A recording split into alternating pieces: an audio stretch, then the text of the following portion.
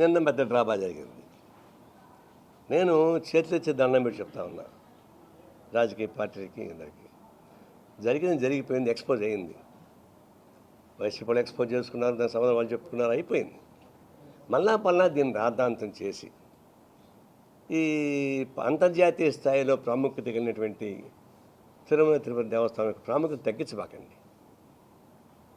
దాన్ని తగ్గిస్తే నష్టం ఎవరికి? దేవుడికి నష్టం వస్తుందని తెలియదు పాపం. ఆయన రాయిలాకుండా నాకేం తెలుస్తుంది పాపం.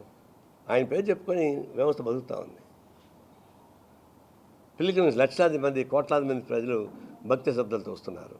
వాళ్ళకి నమ్మకం ఉంది, మాకు నమ్మకం లేకపోతే వాళ్ళకి నమ్మకం ఉంది. నమ్మకం ఉండే వాళ్ళు మేము గౌరవిస్తాం తప్ప అసహించుకోం. రిలీజియస్ ఇన్స్టిట్యూషన్స్ కానీ దేవాలయాలు కానీ మీద మాకు భక్తి లేకపోయినా మేము దాన్ని గౌరవిస్తాం. అంటే అదొక వ్యవస్థ, అది మేము విభేదించవచ్చు, కానీ మా గౌరవం మాకుంది. అందుకని దాన్ని ఇప్పుడు అగౌరవపరచం.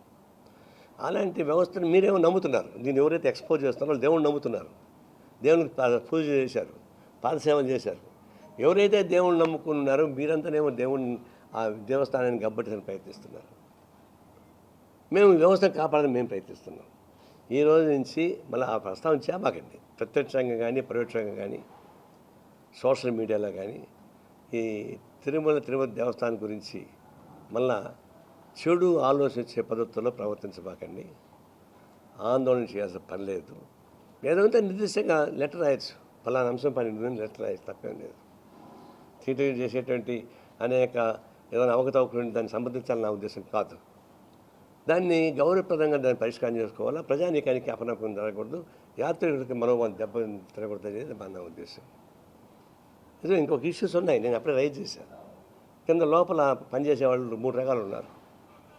ఒకళ్ళు ఫారెస్ట్ నుంచి డిపార్ట్మెంట్ వచ్చిన వాళ్ళు, 2 టైమ్ స్కేర్ వాళ్ళు, 2 కాంట్రాక్ట్ అవుట్సోర్సింగ్, 3 రకాలు ఉన్నారు.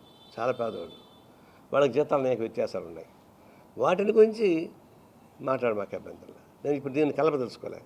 ఇది అయిన తర్వాత కొనాలిన తర్వాత ఆ లోపల కార్మికులకు వచ్చేటువంటి అనానమలి వ్యత్యాసాలు సరిచేయమని చెప్పేసి మా పార్టీ ఆందోళన చేస్తుంది, మా ప్రజాసంఘం ఆందోళన చేస్తాయి. అయితే ఇప్పుడు దాన్ని క్లబ్ చేయదలుచుకోలేదు. దాని ఆ ఇష్యూ వేరు, వర్కర్స్ సమస్య వేరు.